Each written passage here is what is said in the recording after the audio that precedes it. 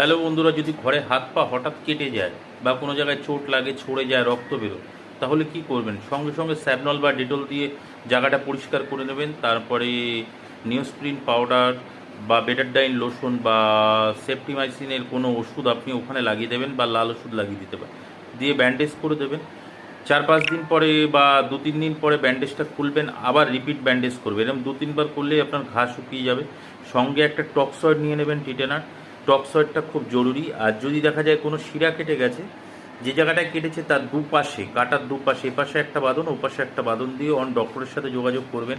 Tetanus toxoid নিতে বলবে বা অ্যান্টিবায়োটিক খেতে বলবে, সেগুলো ডক্টরবাবুর পরামর্শ অনুযায়ী করবেন।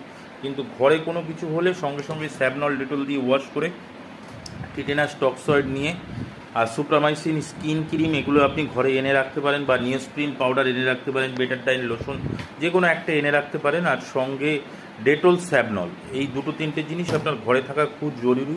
যদি হাত পা কেটে যায়, ঘিয়ে ভাজা জিনিস খাওয়া খুব ভালো, ঘি খাওয়া খুব ভালো। আর পুষ্টিকর খাবার খেতে হবে। আর সঙ্গে আর একটা জিনিস মাথায় রেখে চলতে হবে, যে যে 2-3 দিন অন্তর যে জায়গা বেঁধেছি সেই জায়গাটায় স্প্রিট দিয়ে পরিষ্কার করে আবার নতুনভাবে বাঁধনটা দিতে হবে। এটা মাথায় রাখতে হবে। আর সহজপাচ্য পুষ্টিকর খাবার খেতে হবে, তাহলেই যথেষ্ট। কাটা বা উন্ডের যে কোনো প্রাথমিক চিকিৎসা আপনি নিজে ঘরে বসেই ট্রিটমেন্ট করতে পারবেন, যদি আমার কথাগুলো ভালো করে শোনেন এবং ফলো করেন, এবং ওষুধগুলো, যে ওষুধগুলো ঘরে রাখতে বলেছি সেই ওষুধগুলো ঘরে রেখে দেন। তো আজকের মতো নমস্কার। আর একটা জিনিস মাথায় রাখতে হবে, যে যদি কোনো ক্ষত জায়গায় ব্যান্ডেজ হয়, সেখানে জল লাগানো কিন্তু এখন একদম নিষিদ্ধ। জল লাগাবেন না আপনি, যত জল কম লাগাবেন তত তাড়াতাড়ি সুস্থ থাকবে, জায়গাটা শুকনো থাকবে। জল লাগানো একদমই যাবে না।